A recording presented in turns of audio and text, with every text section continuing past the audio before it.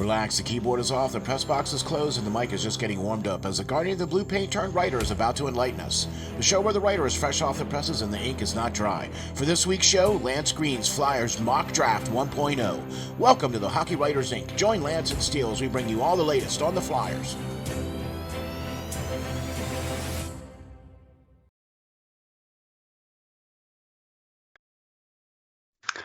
Hi, guys. Welcome back to another edition of the Hockey Writers Inc. As always, I'm your host, Lance Green. And as always, I'm your co-host, SteelFlyers, and holy smokes. Boy, I tell you what, man, we got another really awesome one here today for you guys. And, man, we're looking at episode number 83. And as we spoke about in last week's show, we're going to have Lance Green Flyers Mock Draft 1.0 is going to be the show. So we're going to be talking about the draft because next Thursday, hint, hint, wink, wink, nudge, nudge, is the draft. And I have a feeling that, say, maybe the Hockey Writers Inc. is going to be live, maybe, for the first round. I think we could pull that off, yeah.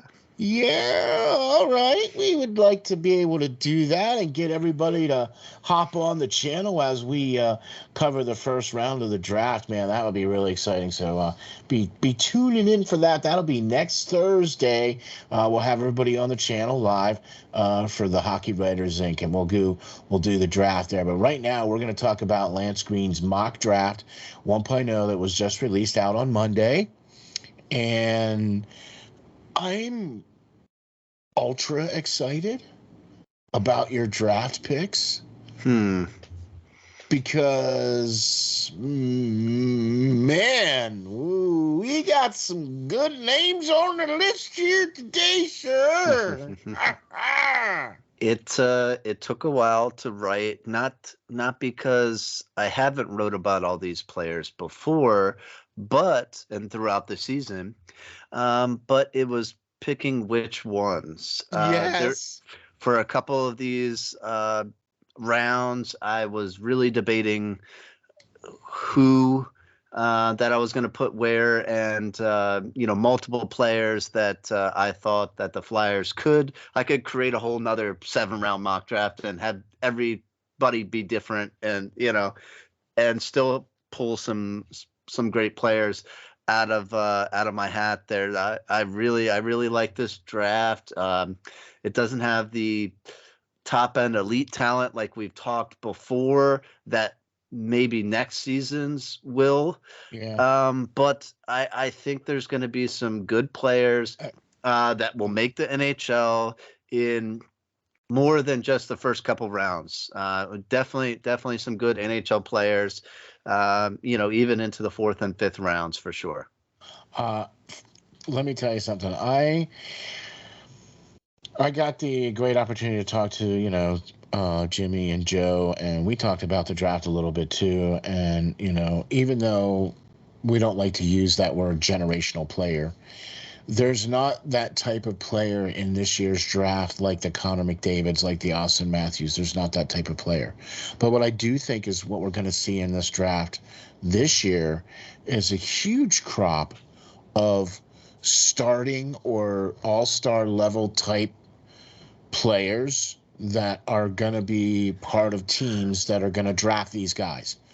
Okay, it just comes across like that because a lot of the guys that are in the draft are like, they're not that, Connor McDavids, but some of them have a lot of upside. Solid players. Yeah, definitely some solid players in this draft. So. And there's some solid players in the draft this year. And, look, I'm not trying to downplay this draft at all by saying there's not a Connor McDavid or an Austin Matthews by any stretch.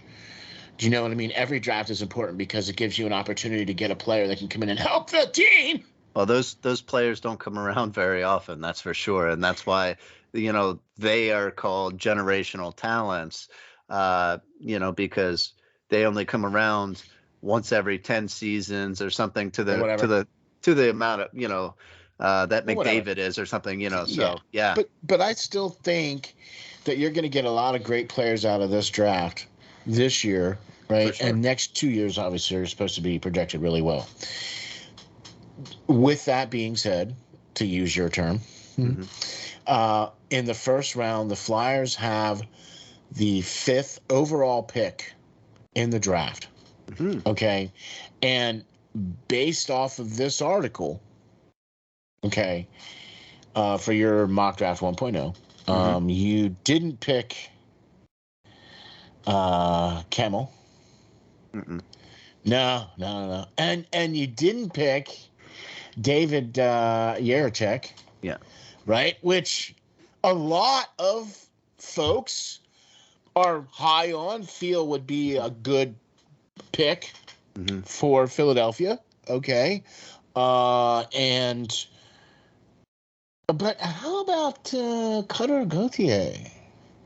Well, it's funny you say that, but let's back it up just a bit with the 2 that I didn't select. Now, I wrote an article about this before, and saying why. A lot of people, said, "Oh, we need that right-hand shot defenseman." Well, I think Nemechek is going to be gone. As far as Jiricek, he had a complete and horrid knee injury, and he had to have a surgery on it already. Now, dating time back, we have to remember the Flyers, balked on selecting Cal McCarr and chose to select Nolan Patrick. And we all know how that turned out, because Nolan Patrick was injured at the time we drafted him and had to have surgery, Yeah, he had surgery before he was even drafted. Right. And then he's, had injuries ever since. So the Flyers have to get this pick right. And that's why I say, Jiricek had the knee injury. Kamel had a shoulder injury. It did not result in a surgery, but he came back this season and was not the same player that he was before getting injured. Correct. And I think there may be some lingering problems there. I'm a little they don't leery. need to draft a liability type of player right off the bat for the 5th overall pick with an injury or surgery or something hanging over their head with an injury issue like a la Nolan Patrick. Right. Do you know what I mean? Because you're right. Chuck needs to knock this one out of the park. Yeah. And, in my mind, there's no more solid pick than Cutter Gauthier at the 5th overall pick. Now, Cutter, I wrote about him in an article months back, and during the middle of the season. And I said I really like this kid. I think he's going to be a sleeper. And ever since I wrote that article, he has just come on and turned it up. And towards the end of the season, and even through going through the combine and everything else, he has jumped up in some people's minds to be the 5th best player in this draft. So, great minds think alike, I guess, with all those guys that are coming out that are highly televised and everything for that. But why? Let's discuss that. Well, why him over all the others? Right. Well, aside from the injury. Right. Well, aside from the injury, we do need a right-hand shot defender, and we'll discuss that later on. But we don't need an injury-prone player. So my pick here is going back to a few weeks ago where I wrote about power forwards being gone off the team. True power forwards are, Wayne Simmons, Scott Hartnell, Johnny LeClaire, all those type players had a lot of success here, Mike Knubles. And we don't have one of those currently. So Cutter Gauthier could be that guy. He's a 6'3", around 200-pound winger. He played for the United States Development Program, which we all know for the past few years now have been highly, highly talented and touted players come draft day. And, one guy that one fact that really sticks out in my mind about Cutter is Logan Cooley. We all know is potentially the second or third overall pick. That's where he's going to go. Very talented U.S. born player as well. Well, Cutter outscored him when you put the two schedules together through the USHL schedule that the United States team plays, along with the teams that they play in the NCAA, league. Cutter scored 53 goals to Logan's 40. Now, Logan had a lot more assists, but we have plenty of guys on this team that are assist guys. We need guys that can put the puck in the back of the net. All right. I mean, can we get some? Right. So, I wrote this article, back in March that really, called for this guy. And ever since then, he's only progressed in nature, and, he's got NHL size right now, and he's got a goal scoring mentality. I really like this kid, and I hope that the Flyers choose to select him with their 5th overall pick. So now I really like him as this selection for the 5th overall pick. I too would initially be swayed by Yurchek and Kimmel, you know what I mean? Because they're the quote unquote odds on favorites, I guess, to be that pick. And because we're going off the rails and picking Gauthier, because he's not injury prone, he's already pretty much got that NHL body ready to go. He was one of the leading people in the United States Hockey League, this past year. So I got no problems with him being drafted as the 5th overall pick. Yeah, I mean, for an 18-year-old that stood out against some of the best NCAA teams this season, is really nice, because I mean, this guy's playing. I mean, in the NCAA, they got guys that are up to 25 years old still playing on teams trying to make it, and finishing their masters or whatever, started school a little later. So he's played against men, and his frame and his toughness and his ability to stand in front of the net and get the dirty goal. Yeah, I watched a lot of his tape. Rebounds and everything else, and redirections and everything. He's got some creativity, man. He's got some creativity, right? I like that about that. I mean, I like a guy that can be coached, but then still has that creativity, that he can still kind of see the ice a little bit and still be able to make those plays, because that's how he sees it. Well, he knows where the puck is going to be. He's a goal scorer. He's a goal scorer, and that's all we can ask from a guy at 5th overall, because this team, like I said, has plenty of playmakers. We need goal scorers. So, okay. So now, okay, round 2. And that round 2, we have no stinking round 2 pick. And all I have to say is, bad GM, bad. So to that. Well, wait, hold on. Okay, wait. Okay. Now, yeah, let me get around to that, right? So maybe, just maybe, he could say trade back from the 5th overall pick, like we talked about in the previous couple shows, and pick up a 2nd rounder, move back in the draft, maybe still stay in the top 10. I still think you could get Cutter at that point still as a top 10 type player. I still think possibly move back with one of those teams and get a 2nd round pick, but to that as well.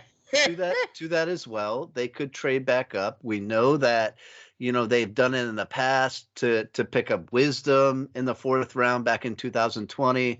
Now, it would obviously cost the team a lot more to give up. They have been looking to get rid of some players, in a sense, to be able to shed salary. Yeah. So, who knows who they may be willing to give up or potentially what they could be getting back for those players. But I do know, and I have heard that during the combine, Chuck Fletcher and his associates were seen and a lot talking to some potential players that are projected to go in the second round. So I think Chuck's, this season he knows that it could potentially be his last here in Philly.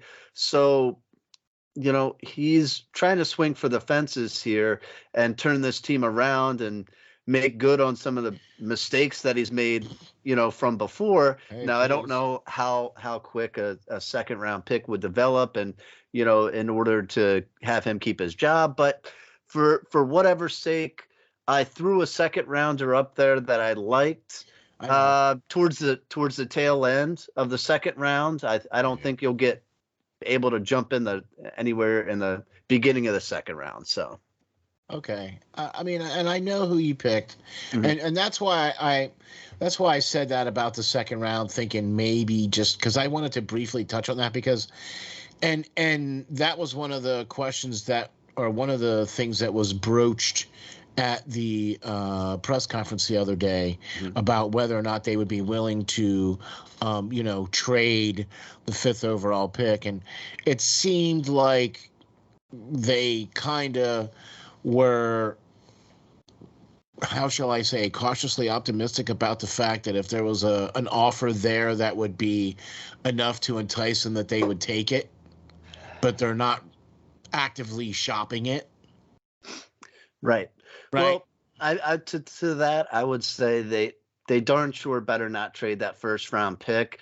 They did that last year and it cost them, potentially Sebastian Cosa, who I think is going to be a phenomenal NHL goalie one day. Yeah. And, I wouldn't do that again this season.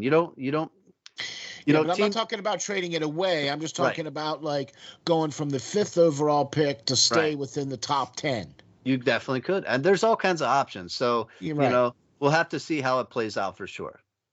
I mean, that's really the only way they're going to be able to get a second round pick unless it involves a trade that they do or something that involves a second round pick. It would have to be somebody coming back to be great, or the ability to move back, like you said, just a couple of spots to be able to also draft somebody in the second round. So exactly. So, all right. So, but somebody that may be somebody that could potentially be, but round 3. So I just want to mention him briefly because I know we talked about him before, and it was Christian Kyrou, right? And that's the brother of Jordan Kyrou, right? And if he's available, I mean, you got seriously, if you make it to the beginning of the 3rd round and this guy is available, I think you have to take him. Yeah, I mean, for a second round pick, if we're able to jump back in there and do that, this draft is going to be a little bit different. I think you're going to see some overagers as well, but this guy came out of nowhere because he was playing in the OHL, which was shut down last season. We didn't really see what he was like because he didn't play a single game. So this year he came out of nowhere. 5'11", 175 pounds, right-hand shooting defenseman with an NHL quality shot right now. Scored 18 goals, 42 assists for 60 points in just 68 games played. And that name Kyrou should sound familiar because his brother is Jordan, who was an NHL All-Star this year. We talked about him just a few weeks ago, like Steel said. If he's there, if we can move up, he is definitely one of those players that I would move up towards the tail end of the second to acquire.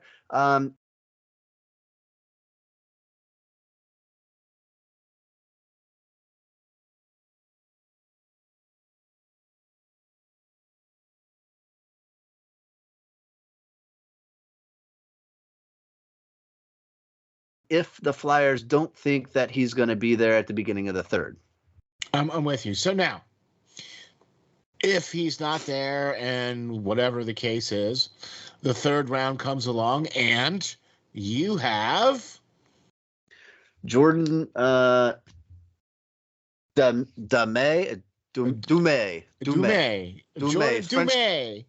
French Canadian. We had French to listen. Canadian. Listen, look. We had to listen to the French Canadian guys announce his name when he scored goals to get the enunciation of this guy's name, right? Jordan Dumais. Anyway. Right. So, Anyway. So what is so special about Jordan? So, potentially for the third round selection, I would say draft this kid. He plays for the Halifax Mooseheads, who we all know Elliot the Destroyer Desjardins plays for, and the Flyers, which the Flyers drafted back with a fifth round pick back in 2020. Now that Connor McClennan is not there anymore, we chose to let him walk. I think Desjardins, in my mind, is one of the most enticing prospects the Flyers still have, and he is signed. So Jordan Dumais and Desjardins had an unbelievable combined total of 197 points this season. All right. So they play on opposite wings. The only knock on Jordan is that he's 5'9" and 165 pounds. Yeah. Hopefully, if he keeps drinking his milk, he's going to grow a couple inches, maybe hit 5'11". Who knows? He's still young. You forgot to say eating his chicken. Yeah, eat some chicken, Drinking his milk, eating his chicken. Get those steroids that they put in the chicken in him. But who knows? Who knows? All right. So Dumais scored 109 points this season. Yeah. All right. In 68 games, he scored 39 goals, 70 assists for 109 points. That's right. That's a 1.60 point per game average this year. Okay. No duo for the Halifax Mooseheads since the newly crowned Stanley Cup champion Nathan MacKinnon and Jordan Drouin, who was drafted very high by the Tampa Bay Lightning back in the day, scored as many points or anywhere close to those points. Now, that season that they won the Memorial Cup, MacKinnon and Drouin scored 180 points in the regular season. So not to compare these two that they're going to be anywhere close to Nathan MacKinnon. I hope they are, but that again, 197 points for this duo and only 180 for MacKinnon and Drouin, right? That season. So if they could bring in Dumais and potentially keep him around to continue to develop playing with and build that chemistry that both Desjardins and Dumais have, that would be amazing in my mind. I mean, you're going to give him a player that he's already played with for and exceeded expectations with. That's only setting Desjardins up for success in my mind, and as well as Jordan. So I really like this kid. There's some other choices out there that could potentially be had too. I really struggled selecting this pick, but I did write about Jordan back in April, and I really like him just for the pure fact that it's going to build quick chemistry that's already there, and you don't have to wait. You could stick these two on a line as soon as they both turn pro, and they're going to be electric right out the bat. You got somebody that's kind of in the same development situation as Desjardins, so he's kind of getting the same message. Look, I'm going to be interested to see how things progress for sure. So, all right, moving on to round 4, and see, this is why I'm super excited about this mock draft, because Lance, in these next couple rounds here, if the Flyers select these players, we know the kind of player that this team is going to get. Okay. And round number 4, now you're speaking my language here on this one, man. And that's Connor Kirth. Connor Kirth. We all know, if you guys watch the show, I've written about this kid many times now. Young man. Let's not call him a kid. Let's call him a young man. He is a young man. He's a kid to me. I'm old. But you're a kid to me. I'm older, so we'll call him a young man. Right. We'll call him a young man because he is developing into be a fine young man. Yes. In the 4th round, the Flyers would do themselves a great service if they drafted the 5'11", 207-pound, 18-year-old Connor Kirth. Connor, as we all know, joined us on this show some time ago at the earlier on in the season, and since then he's completed that season, obviously, in the United States Hockey League for the Dubuque Fighting Saints, where through 62 regular season games he was able to score 35 goals, 46 assists for 81 points. That's a 1.30 point per game average.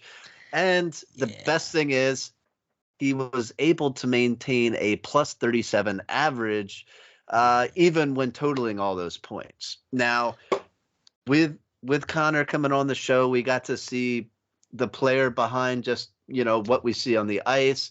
And that is even more enticing in my mind because this guy is just, the bee's knees in my mind. I really, really like this kid. He's got a good head on his shoulder. He comes from a great family. And, he's only going to put this logo and, on and do it, service. Do it proud. Do it very proud. He gets on any team that he gets on, just like the Dubuque Fighting Saints that he's on, he does it proud. Anytime he's representing the United States Hockey League, he does it proud. I mean, he definitely is a walking example of the prototypical American hockey player coming out that has a good head on their shoulders, can see the ice really well, has a good shot. You're taking the words out of my mouth. Has a killer shot, man, from anywhere on the ice. Oh my gosh. Right? So, and all on top of that, man, he is just an all-around classy young man. Yeah, I mean, he's got the maturity of a 25-year-old, and it's going to do him great, at the next level. What? So you know what? Yeah. See, we like him, so the Flyers will not. Okay, come on. Anyway, moving on to round 5. So speaking of round 5, we're going to move on to round 5 here, and these next rounds here, 4, 5, 6, 7, even 3, have been notably good rounds for Chuck in the past. The last couple of years, he's drafted, relatively well in those last couple of rounds, a la the aforementioned Dayone in the 4th round. You know what I mean? And then the other aforementioned moved up for the 4th round to get Zade Wisdom. You know what I mean? So, okay. Talk to me about the round number 5, Mr. Green. Well, in the later rounds here now, it's time to take some chances. And teams usually do this because a lot of these guys don't usually turn out to be good pros. So, it's time to take some chances. And if I were a betting man, if I was selecting at the 5th round, I would select right-hand shot Zachary Bookman. Now, Bookman is just turned 20. He played last season as a 19-year-old. He turned 20 very, very short time ago, and he's still draft eligible.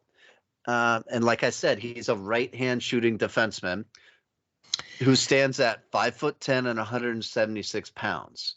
All right, that's pretty thick, 5'10". Right, and I still think he's going to put on some muscle. He's still young. Yeah. So And he's American-born talent. I really like that, and I think America is really developing some good young players right now, and really getting up there and battling Canada. And I always talk to some fans on there who we go back and forth about, but America, in my mind's really developing some good players. And Zach this year played for the Brooks Bandits, all right, of the Alberta Junior Hockey League. And if you know anything about this team, they were incredible this year. They finished the regular season 52-6-1. All right. Holy smokes. They annihilated their opponents many nights. And, I wrote about Zachary twice this season because, each time, really tuned in and watched these guys play, Bookman stood out for sure. And he actually had a record-setting year this year. He had 21 goals, 81 assists for 102 points in just 55 games played. All right. If you do the math, that's a 1.85 points per game for a defenseman. He had how many assists? 81 assists. Oh my gosh. Right. So that record he broke was formerly held by another Brooks Bandit alumni, a Mr. Cal McCarr. All right. Hey. That's a pretty good offensive. That's a pretty good offensive defenseman. He just hoisted the cup over his head the other night. Yeah, and a Conn Smythe trophy. Hell, and the Conn Smythe trophy too. Oh man. Right. Oh. And I believe he also got a Norris. A Norris too, man. He collected a lot of hardware this year. Yes, he did. So back then, when Cal set the record, he only recorded a measly 75 points. I say that in joking manner. That's a heck of a lot of points for a defenseman. But Bookman scored more assists than Cal scored points all day long, like by a lot. So that's saying something. Gosh. He also scored 21 goals, so that's nothing to sneeze at, right? So Bookman is scheduled to attend Merrimack College next year in the NCAA. He's a late bloomer. We all know this. So I really think that the Flyers should draft this kid now to be able to take a shot on him at a 5th round pick, get his rights before he plays a game next season, and everybody else opens their eyes up and say, hey, this kid's pretty good. And then that he went on draft, if he goes undrafted or somebody else doesn't draft him, then everybody and their mother is going to be fighting for him to sign him. So we're going to be battling 31 other teams. So I say jump the gun, draft the kid at 5. Yeah. It's a risk, but it's a risk I'm willing to take for a player of his caliber, because I really think he's going to show what he's got in the NCAA next season. And there's a lot of ceiling there for him. For sure. Do you know what I mean? And I like players that have a lot of ceiling. Yeah. Do you know what I mean? Especially when you're drafting them in the 5th round. Or period. Drafting them, period. Like, you don't really want to draft a guy who's like at his peak right now. Right.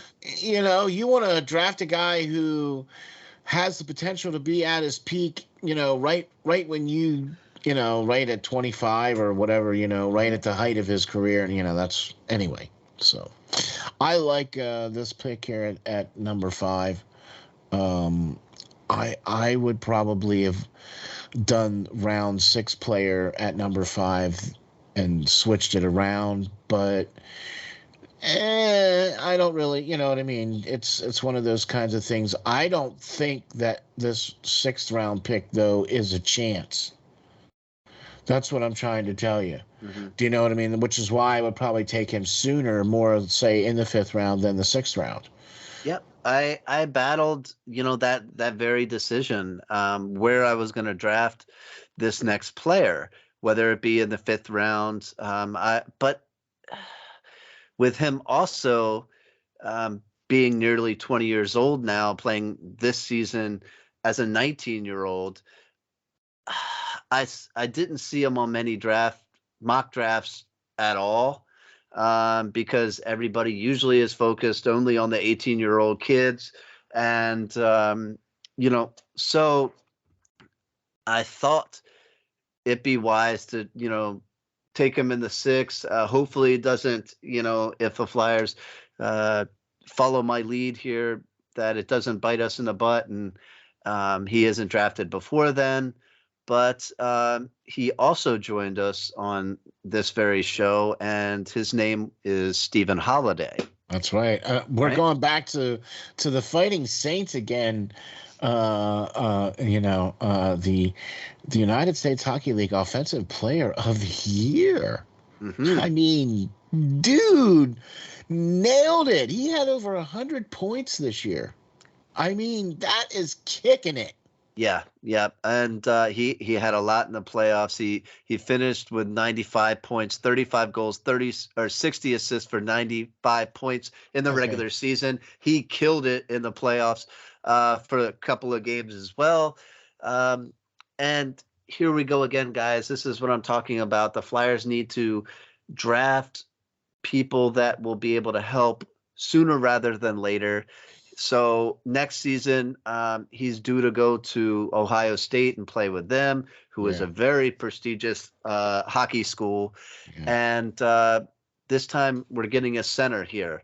He's 6'4", 209 pounds. Okay, doing? That's some NHL size. He's already ready.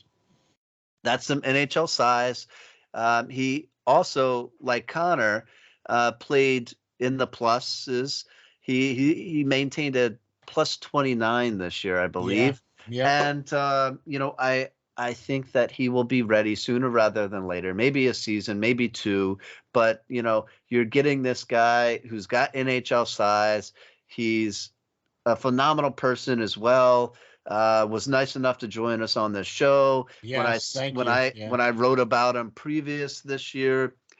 And we're building chemistry and continuing to build chemistry that these players already have. Him and Connor have a ton of chemistry. They were electric this year for the Fighting Saints.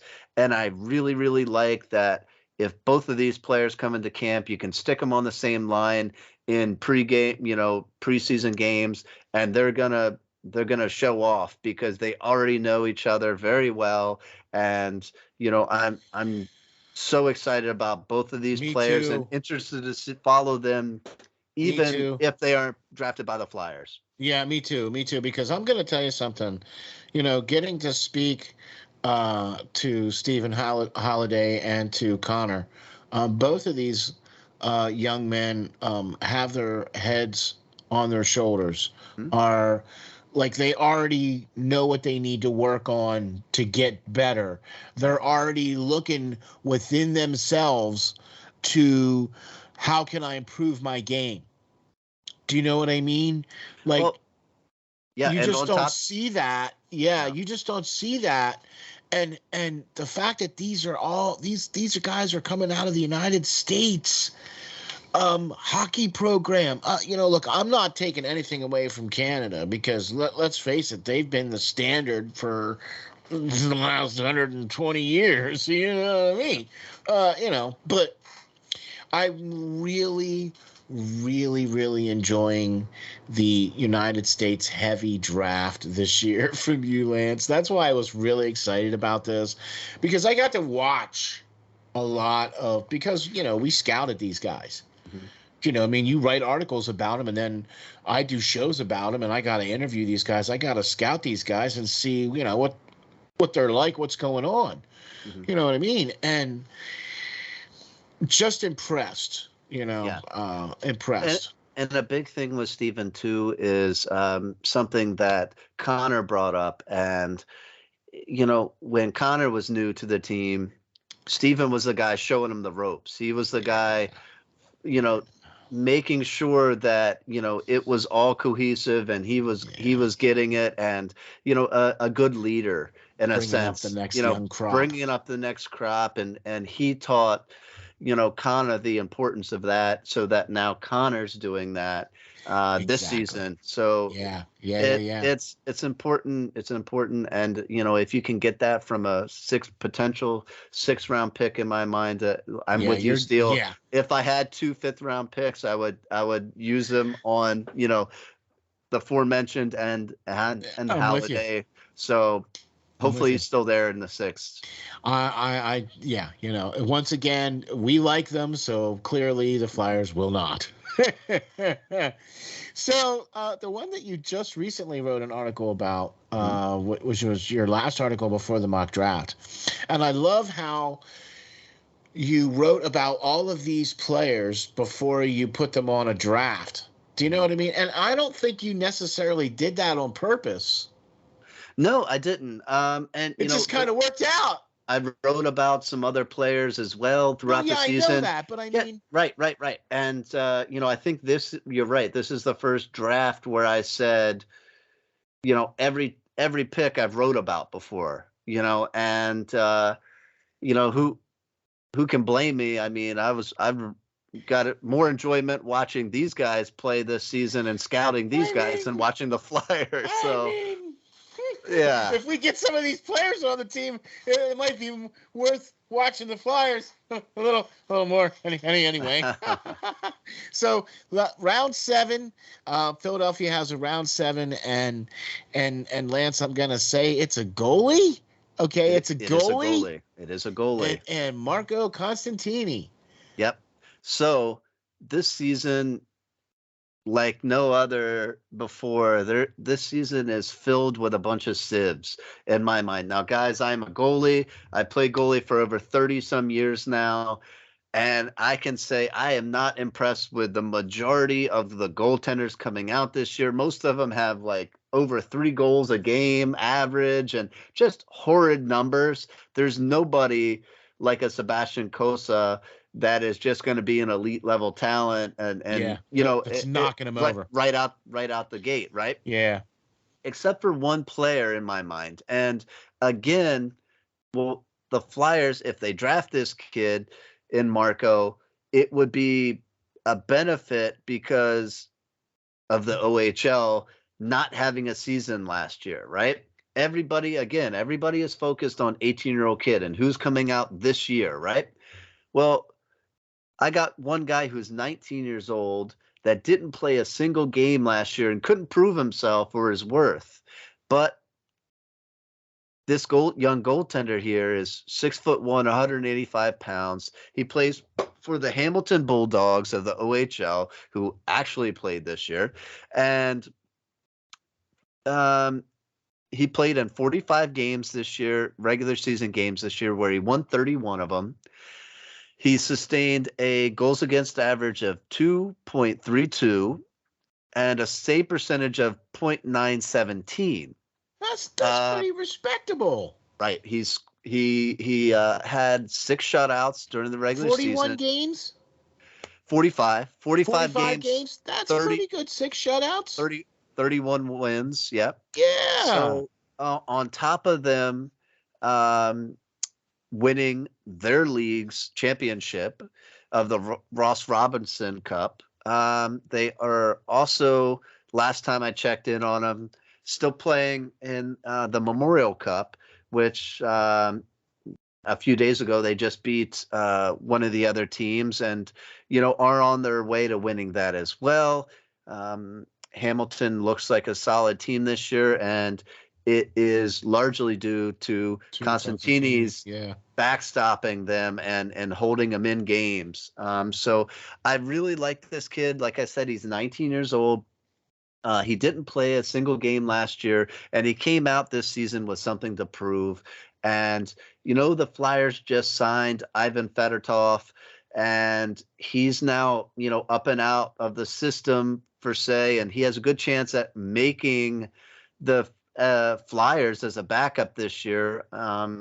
So if he comes out and shows his worth, get into that in a minute. So we'll see all about that. But I really like, this kid, and I think he would be a stellar pickup.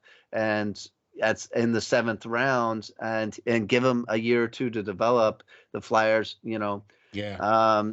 Other goaltenders not named Ivan in the system are not that great. Not that Yeah, I'm great. with you. Yeah, I'm So, with you. let's draft this kid and let's see what he can do. So I'm with you. Well, there are some really nice draft picks here, buddy. I mean, as you can see, it's a very United States heavy, and I'm all for it, for sure, for sure. I would switch the 5th and 6th rounds just so I could make sure to get Steven Halliday. I think he would be a much better addition. Not that Zachary Bookman wouldn't be, but I would switch those two around. Look, if the Flyers could get 30% of this list, that's what, 2 players maybe, right, off of this list, I would be overjoyed, to say the least, right? right. But, alas, since we like them, the Flyers more than likely are going to go in another direction. So are we, by the way. Lance, thank you very much for this great mock draft. I think this was an amazing article, and it was a great suggestive guide to help you deal with the upcoming draft that's going to be happening here for Philadelphia in the next coming days, 1 week from today as we speak. So very excited, and by all means, man, if you come up with another draft article, I'm down. But I think we're going to try to go live for the draft, at least. That sounds good. That sounds good. Okay, cool. I want to get into the next thing here too, because the Philadelphia Flyers had a press conference. It was called their pre-draft press conference, was held just the other day, and of course, since Lance and I have got nothing better to do than to listen and watch Flyers information, we suffered through another press conference from Chuck Fletcher and assistant GM Brent Flahr. And so I would like to get your take on some of because I know we talked about this. We knew this was coming out, and we were kind of hoping to get some answers, and so your thoughts on the statements about Ryan Ellis. I mean, it's what I expected them to say. I'm disappointed that they even traded for him and to begin with, but we've talked about that previously. I don't know. I mean, Chuck seems obviously optimistic of him coming back. He doesn't want to count him out totally. I see a lot of people saying that they should just immediately put him on long-term IR as soon as they can, and I think that would be smart, so they can go out after that and try to get somebody to help the team at that point. But I really don't know. You need to free up that money. Yep, I think you need to free up that money, but it's going to come late, and everybody that's anybody is going to be gone in free agency by that point.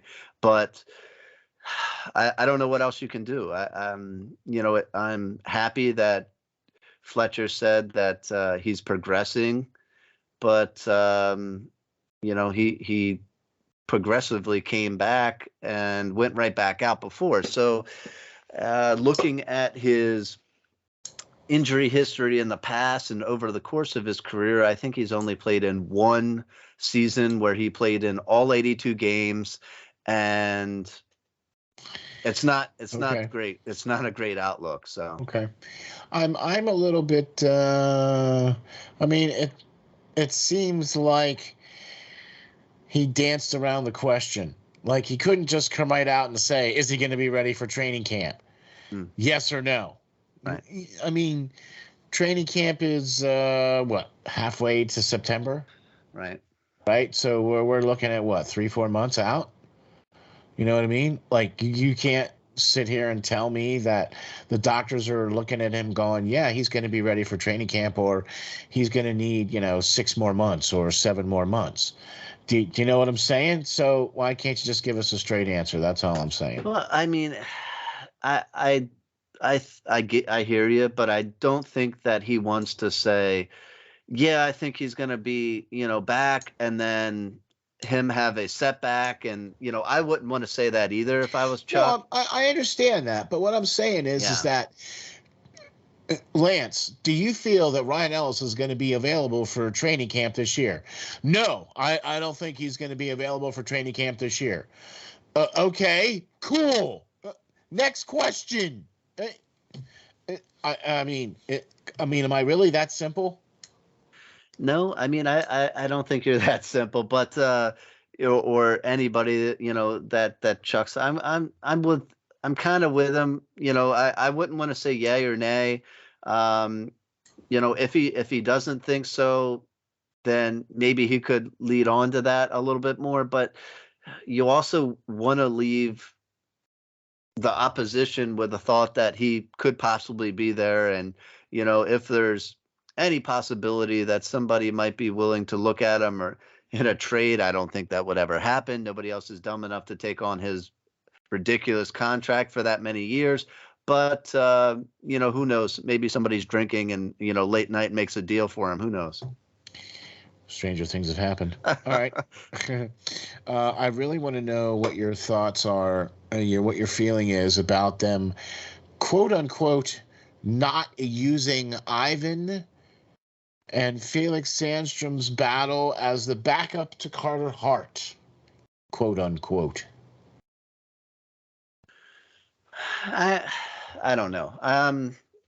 You don't know. In true Flyers fashion, I think they're going to go out and try to sign a backup goaltender to further delay Ivan's and Felix's progression. I think personally, I think Ivan is ready. I think they should get him on the ice over here as much as possible to play on the smaller ice surface.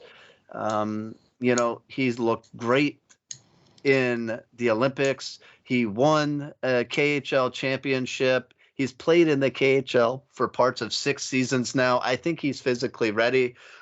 And we've seen how many top goaltenders in the league are, coming from the ranks of the KHL. Yeah, but I mean, like they had to spend a little time in the AHL just to kind of get their feet wet a little bit. Yeah.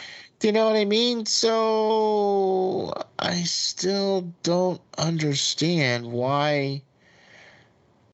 I mean, okay, I can kind of see to some aspect if you want to put him down on the KHL, but then what? You're going to have him fighting it out in the KHL with Felix? Like, that doesn't make any sense. Do you know what I mean? Like, well, you also got Urson too, right there in the AHL, and he didn't get many games because Felix was in that a whole lot. Well, okay, so that's the thing, right? So you got to have some. Why do we have to go spend the money on a quote unquote backup goaltender who? Anyway, you want to know the truth? The team doesn't feel that Carter Hart is potentially that guy, and they don't want to put all their eggs into Carter Hart if Ivan takes a little bit to get used to the U.S. or North American style game. Thank you for setting me straight, sir. I mean, I love Carter Hart, but he hasn't been the same goaltender that he was in the playoffs in the bubble a few seasons ago. Let's be honest. So I don't think that the Flyers, want to put all their eggs in that basket. If we had a Andre Vasilevsky or a Marc-Andre Flahr, then sure. Like, let's have the kids stay up with, the Flyers and ride out a couple of games with them because we know we're going to win 35, 40 games from this guy. Can the Flyers honestly say that? I don't think so. Carter Hart, about Carter Hart, okay. I don't think they can. Okay. Thoughts on the Couturier? The update on Couturier?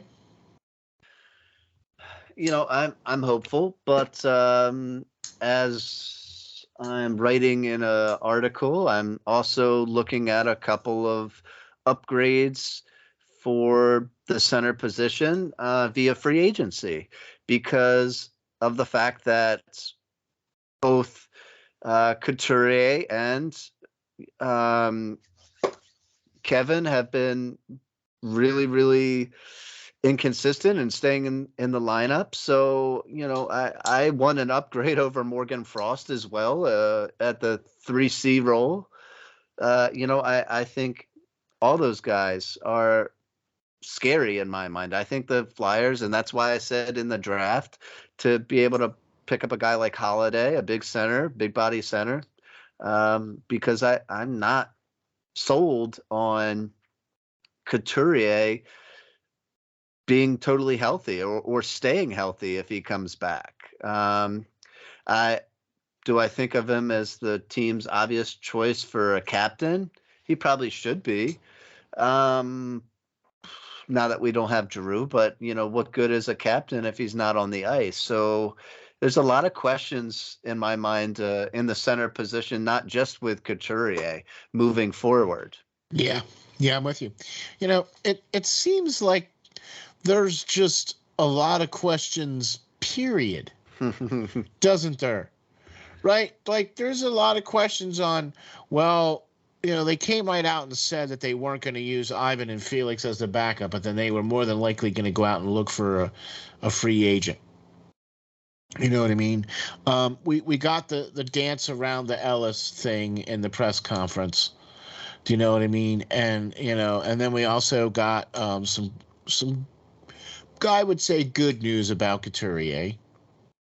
That seems to be optimistic news that he would be available for the beginning of the season.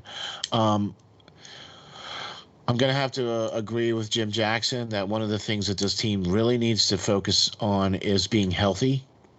And the Joel Farabee injury is a huge dent or blow to that. What they're saying, he's supposed to be ready for the regular season. Yeah, or something like that. I think they're hopeful.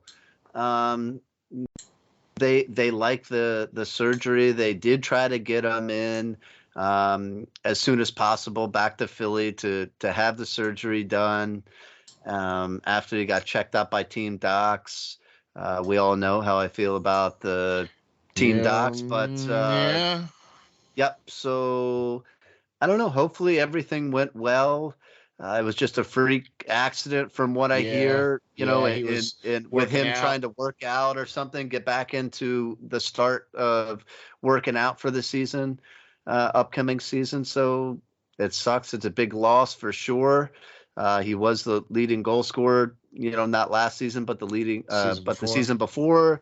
So it's definitely going to hurt in my mind when you don't have any star on this team anymore, and then to lose a guy that is so young and has so much potential, and up and coming guy. So it's going to be a tough guy to replace in the lineup if he's not back by the start of the season. That's for sure. I agree. So, all right. Well, I believe you mentioned it in passing, but you do have a up and coming article you got on the boards there. I got some ideas I've been kicking around about some free agents, because we all know that we're gonna need some of them too. We're gonna need some of them too, but I'm gonna take a shot at saying the Flyers aren't going to be able to get any top free agents because they have no cap space, and who the heck would want to come to the Flyers, let's be honest, with a absolute horrid play the past 2 seasons. So we're going to look at some guys that are pretty good, but not at that top tier that everybody's hoping for. How about some if we make it realistic options? Let's look at affordable options for the Flyers at free agency. Affordable, realistic. Yeah, that's a good way to put it. Realistic options free agents for the Flyers. Look, I think the Flyers have $4.5 million to spend in free agency as we speak before they trade anybody or anything like that. So, any chance of outbidding other teams and for if they Johnny buy Hockey out, is and if they buy out JVR, they can add 2.5 million to that. Whatever. Yeah, I wrote about that previous. I don't know the exact number. Yeah, but something close to that for sure. No, yeah, no, that's what I'm saying. That's what it is. That they if they buy out JVR, they'll be able to add 2.5 million to the cap. So that'll jump. That number will go from 4.5 to 7, which in my mind is a good start to trying to fill one or two of the holes. Because if you're not bringing in Ivan or Carter or Felix, now you got to bring in a backup goaltender. Well, you're getting rid of a backup goaltender who just cost you $2 million a year, so you're going to have to bring in a guy that's going to be slightly more than that, right? Because most of the backup goaltenders out there are a little bit more than that now, right? So now you're looking at so maybe you sign a backup goaltender for $3.5 million for the year. Well, now you only have $3.5 million left. Who are you going to get for $3.5 million? You're not going to be able to get Johnny Gaudreau to come here for $3.5 million a year. You're not going to be able to get Tarasenko to come here for $3.5 million a year. You're not going to pick somebody who you think would be a marquee name that you could get in free agency. On top of that, you still got restricted free agents to sign as well. If you're going to bring back certain players from this past season, I wouldn't want to bring back too many of them, but there is, some guys that are going to have to be re-signed as well, which means that little bit of cap that we do have keeps going away. So, and then, like you said, you're going to add to that possibly a backup goaltender, and that's going to leave you pretty much all your money spent already. So just like that. Poof. It's almost like what he did the previous year. Like he created all this cap space and then went and put himself back into cap purgatory again by bringing in all these people to try to fill out a roster. You know what I mean? I'm going to have to say this about this team, okay? If the injuries stay at bay, okay, that's going to be a key thing for this team. I still think they're more than 1 or 2 steps away.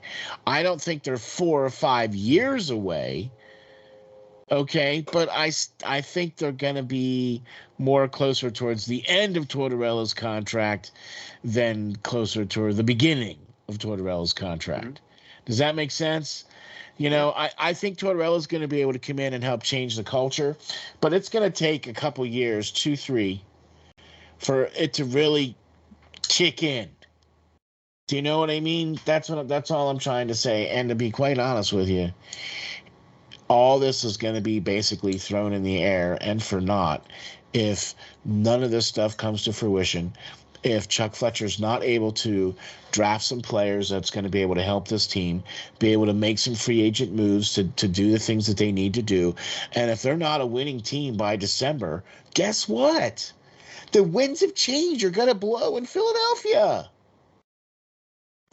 Yep, as we said. And it ain't going to be Tortorella. Nope. So, I don't know. I'm a scared. I am highly scared. When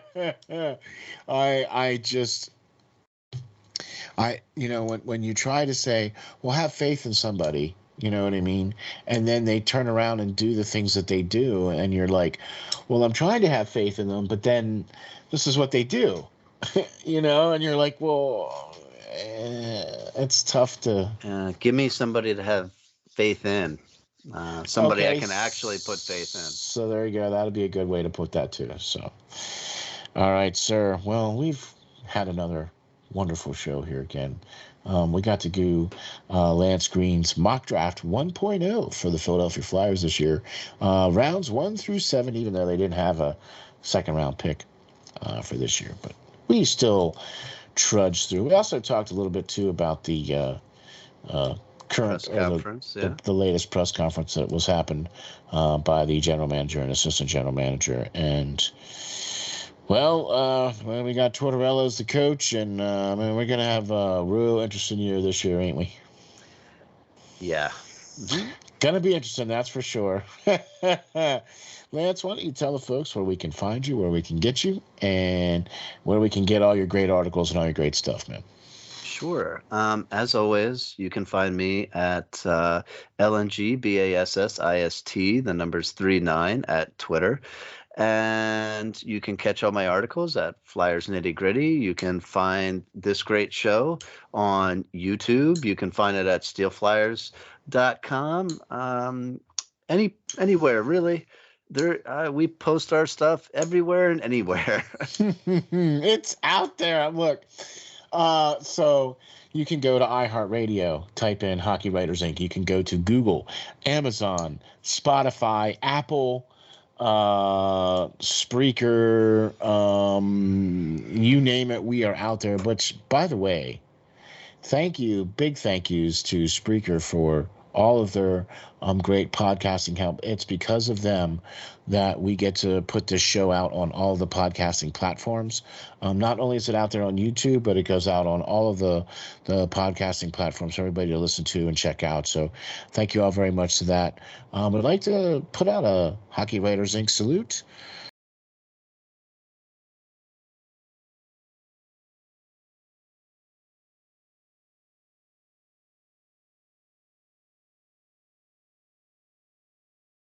To the great FlyersNittyGritty.com website. Thank you very much for all your support. Appreciate all the work that you guys do over there and all the great things that you guys do, and appreciate all the support that you guys provide and putting the show out there on the site and everything. So big thank you to the gang over there at FlyersNittyGritty.com. I am Steel Flyers. You can find me on Twitter at SteelFlyers52, and you can find us all on the great Steel Flyers website at SteelFlyers.com. All the great people out there. Thanks all for watching episode 83. This has been the Hockey Writers Inc. We'll catch you all on the next episode.